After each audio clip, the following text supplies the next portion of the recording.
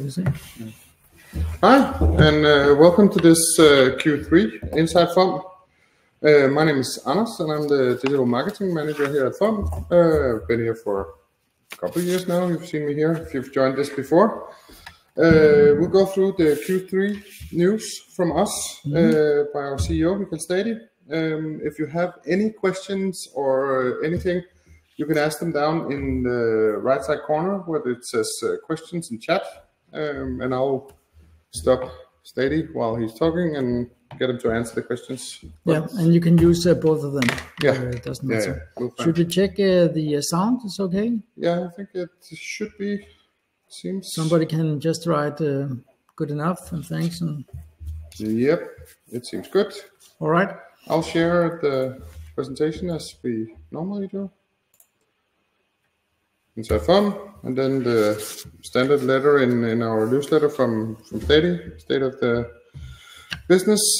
Then the first one, change of guidance, unfortunately, but yeah, it's always like that when you are a CEO of a listed company, there's full transparency.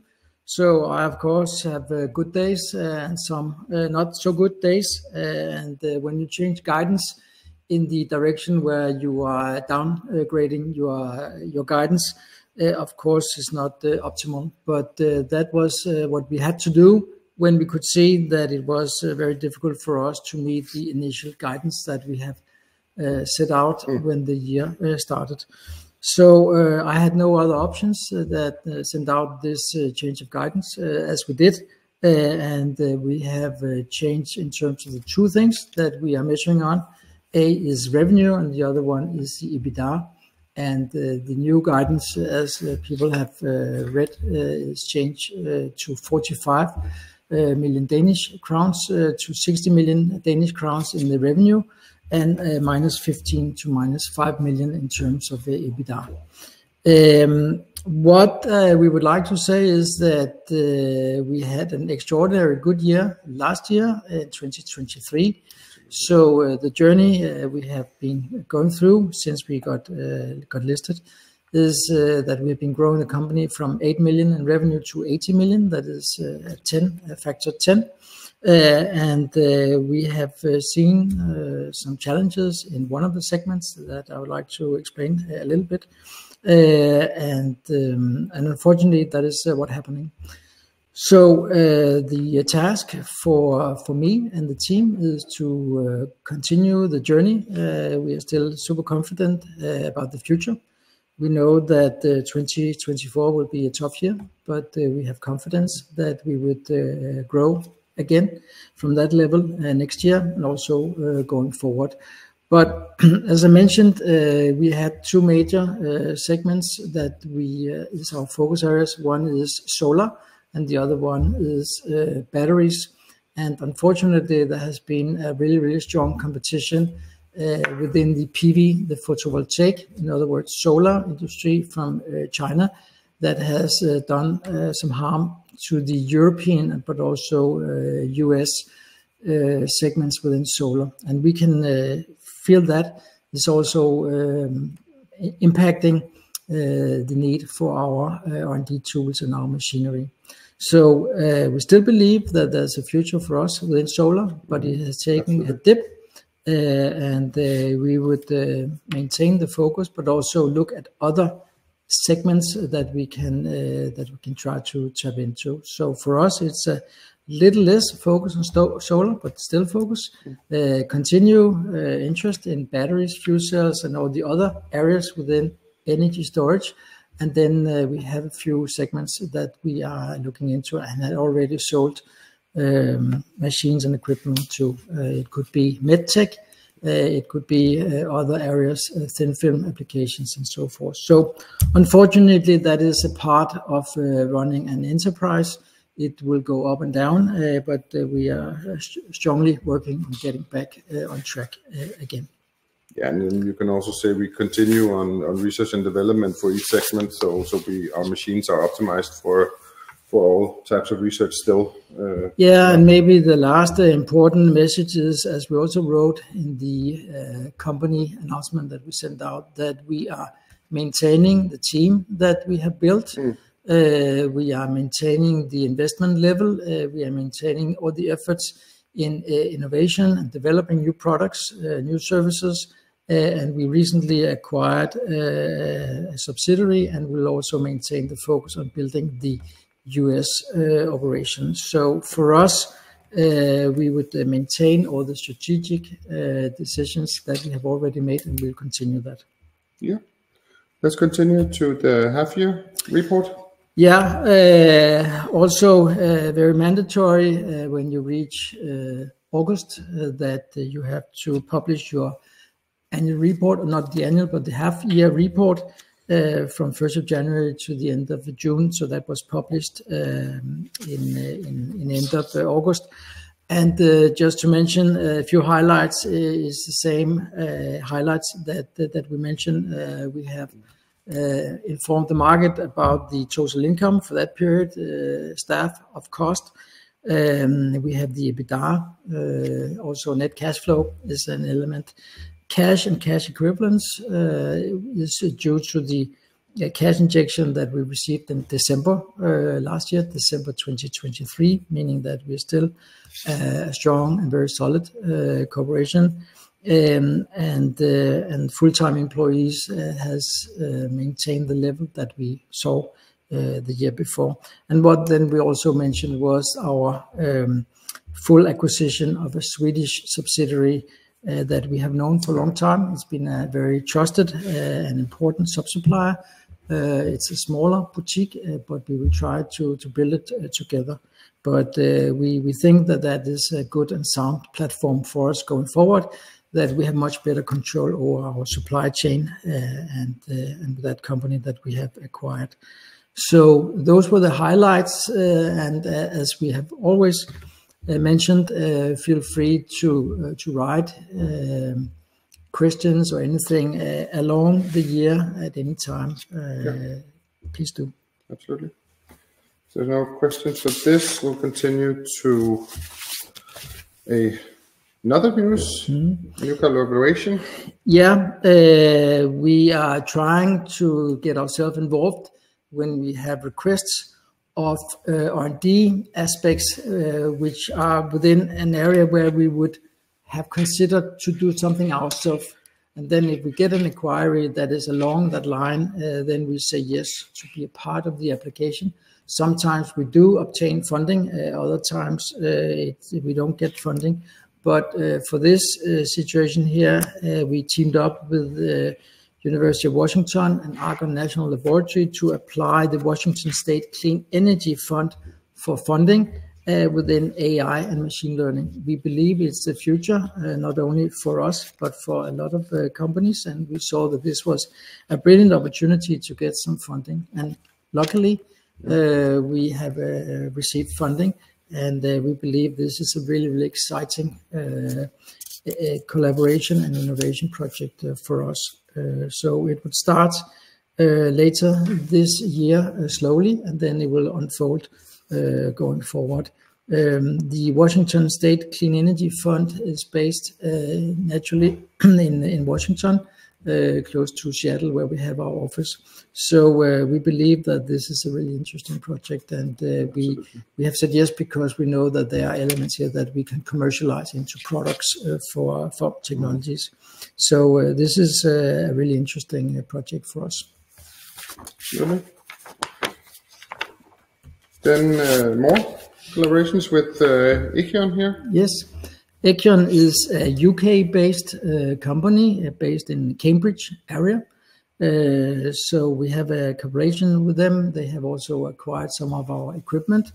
And we're very much looking forward to working with a customer / a partner going forward. So that is an element of how we are working, creating partnerships with our customers, get to know them. They're learning from us, we're learning from them, in order to improve our products and get a lot of ambassadors. So this is an interesting project for us. Mm-hmm. And while talking, a question came in. What is it that Ekion do in their research? Yes, that is a very good question. Ekion, as you would have observed maybe, but there's a tiny little logo next to the Ekion name, and you know, if you look very, very closely, it's a battery. So they are within battery, producing batteries. And in a battery, you have an anode and a cathode, and for Ekion, it's anode. So they made new innovative anodes, and what they say on the website is that it is to try to develop batteries that have a faster and more safe charging for whatever device that they are powering. So it's right down our alley of the customers Absolutely. that we like to work with. So within batteries, based in UK in the Cambridge area. Yeah. That was enough answer. We'll continue to one of our EU projects, Bat Machine. Yes, and for the participants here that don't know, but we have a fairly large department that is called Science and Learning. We have 6 PhDs employed in that department, and these PhDs is specialized within material science. Moises that you see here on the illustration is one of them. And we have been asked if we would participate in an EU-funded project called Bat Machine. Bat is, of course, related to batteries, and we accepted that. We achieved funding, so that was great. It's a consortium of a lot of European players, and we are providing equipment, but also an important element of creating batteries, which is a calandering tool that we have developed and has been produced. It's here in our building now. We're testing this, and then it will be shipped down to the consortium very soon. So Moises is on our behalf presenting our steps within the project and the milestones and so forth. And we are part of quite a lot of projects that have been part of in 2023 and 4, and also projects that we hope will come up, and we will receive funding for that going forward. Yeah, it's something we'll continue looking into. And yes, most of the projects has a duration of 2 to 3 years on average, roughly. Yeah, we'll continue to conferences. Yeah, where we actually finished one today. Yes, and maybe I should ask you, why conferences, but conferences and events or exhibitions that we also call it is an important marketing tool that we participate in and use, and that is of course to get out there and do some marketing for our products, our technology, and our knowledge and so forth. Before we started here, we prepared, so we did a calculation of how many events that we participated or will participate in total in 2024. You counted 13, so it's more than one per month. 9 have already passed, so we have 4 left, as you see here, where we says in the next months you can find us at, and then XYZ.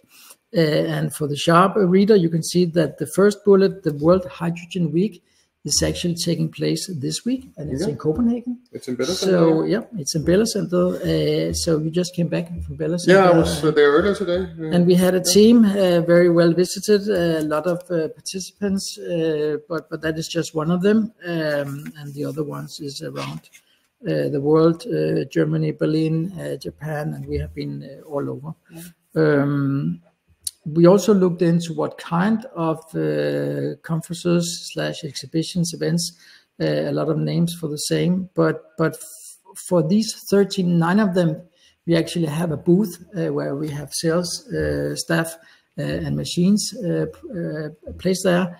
And for the 4 of them, the 4 remaining, we have been either sponsoring the conference, or we have made presentation and talks where we are invited to come and explain what do we do and our knowledge and so forth. We would very much like to do what has been known as thought leadership, where we would be experts within our technology. So quite a bit, and of course we're starting to look into what we have to participate for next year, 2025. Yeah, it's already beginning. 2 of them have been. Anders will convince me to join 30, and then I will cut it down. Yeah. But no, we have to participate in the right ones.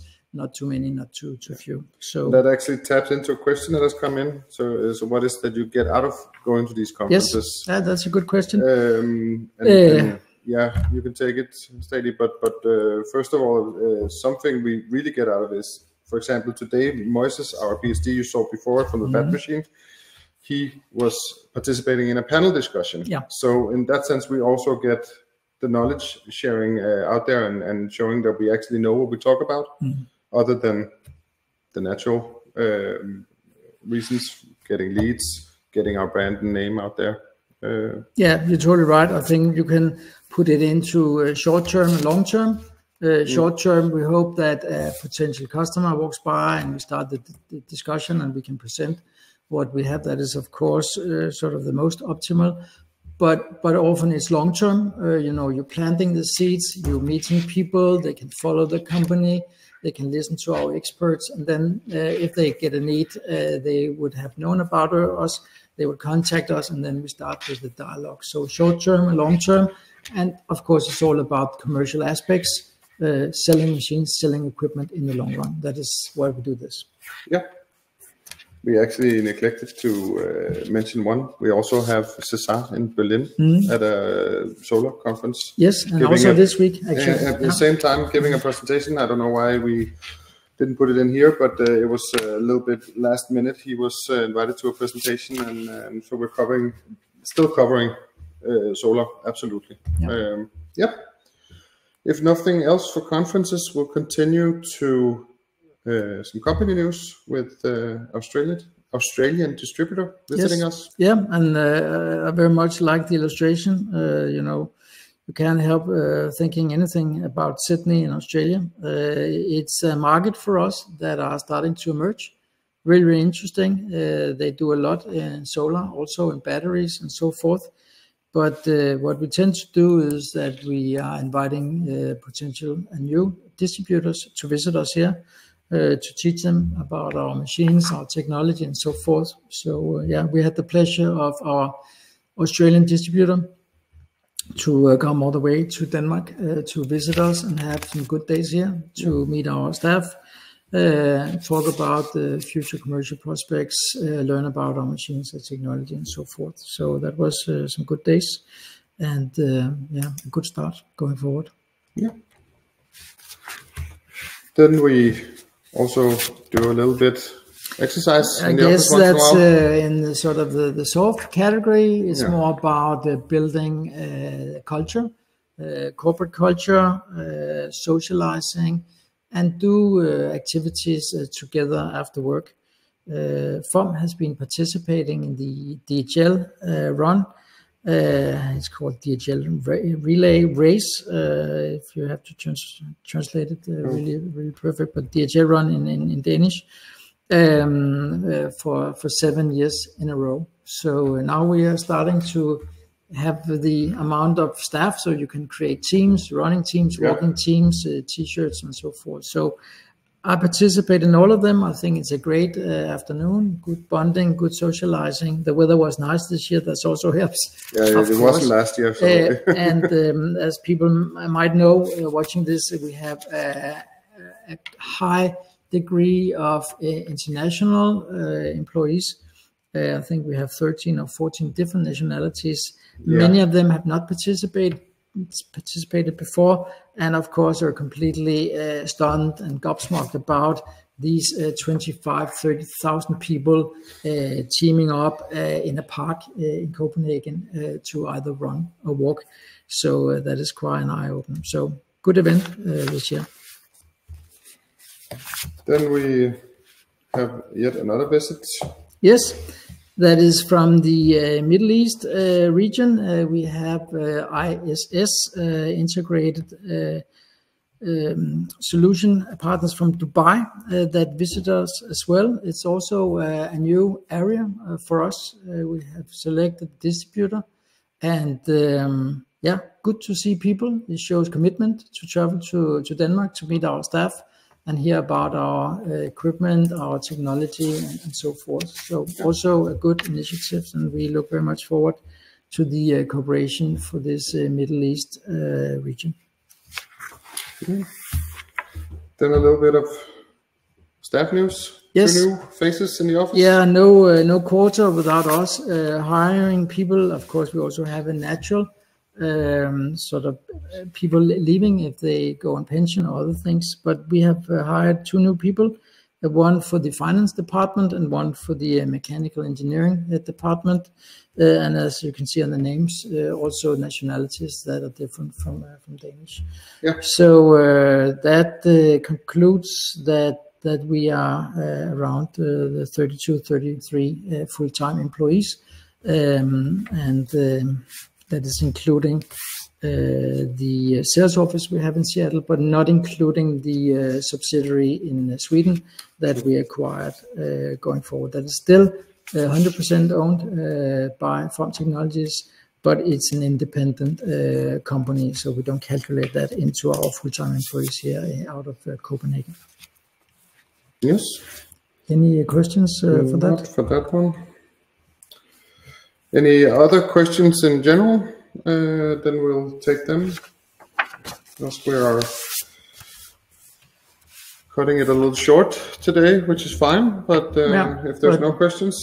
But as we have said in the beginning, at any time, if you have any questions or anything, drop me an email, IR for investor relations at fomtechnologies.com, and then we will get back to that within 24 hours.